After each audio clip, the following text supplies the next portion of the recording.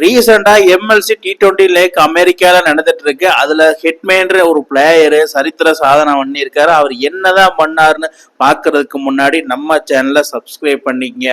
இப்போ ரீசெண்டா அதாவது செட்டில் ஆர்கஸ் டீம் ரொம்பவே தோத்துட்டு இருந்தாங்க. படு மோசமா இருந்தது அவங்களோட டீம் பர்ஃபார்மன்ஸ். அதுக்கப்புறமா ஹெட் கோச்சை மாத்தினாங்க.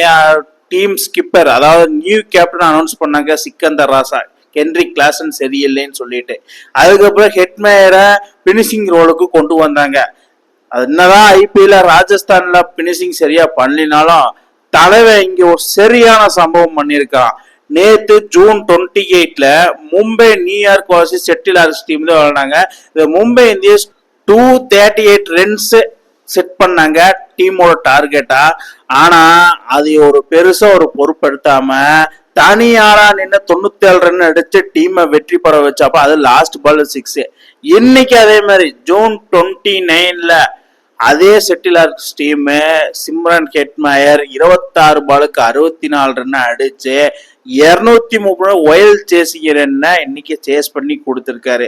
இதுல இருந்து என்ன தெரிய வருதுன்னா, ராஜஸ்தான் டீமுக்காக நான் ஐபிஎல்ல சரியா பர்ஃபார்மன்ஸ் பண்ணலினாலும் இது ஒரு பொட்டி கிரவுண்டா இருந்தாலும் பரவாயில்ல, நான் போட்டு பொழந்து எடுப்பேன் அப்படிங்கிற மாதிரிதான் தலைவர் அடிச்சதும் இல்லாம டீமை வின் பண்ண வேற வச்சிருக்கிறாப்புல.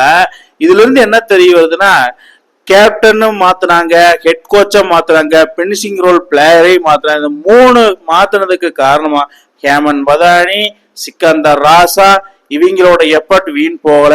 ஹெட்மேயர் ஆன் தி டாப் அப்படின்னு சொல்லலாம். 97 run not out, 64 runs not out. இந்த நாட் அவுட்ல போடுறது அவருக்கு பெரிய ஒரு பக்கவளமாக அமையும். அவருக்கு மட்டும் இல்ல, அந்த செட்டில் ஆர்கஸ் டீமும் கூட இதன் மூலியமா இந்த வின் பண்ணது மூலியமா அவங்க பாயிண்ட்ஸ் டேபிள 4th பிளேஸ்க்கு வந்துட்டாங்க. ஏன்னா இருக்கிறதே 6 டீம் தான். அதுல 4 டீம் செமிஃபைனல் ஸ்பாட்டுக்கு போவாங்க. 3rd 4th எலிமினேட்டர் ஆடுவாங்க. ஐபிஎல் என்ன ஷெடியூலோ அதே மாதிரிதான் அமெரிக்காவுக்கு எம்எல்சி T20 லீக்குக்கும்.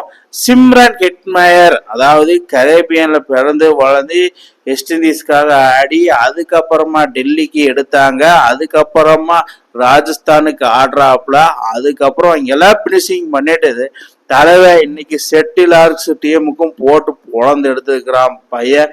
இதே மாதிரி பர்ஃபார்மன்ஸ் கொடுத்துட்டு இருந்தா அவங்க டாப் 2க்கு போனாலும் போகலாம், வாய்ப்பு இருக்குது, கப்பும் அடிக்கலாம். ஆனா எல்லா மேட்சுமே சிம்ரன் ஹெட்மேயரை நம்ப முடியாது. இந்த ஹென்ரிக் கிளாசன், சிக்கந்தர் ராசா இவங்க என்னதான் பண்றாங்கன்னு ஒன்றும் புரியல. ஆனா சிம்ரன் ஹெட்மேயர் அந்த அணிக்காக ஒரு பக்கவளமா நிக்கிறாப்புல.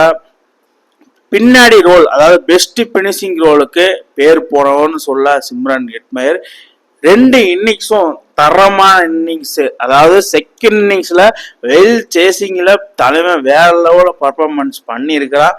பட் ஃபர்ஸ்ட் இன்னிங்ஸ் ஃபர்ஸ்ட் பேட்டிங்ல என்ன பண்றான்னு தெரியல.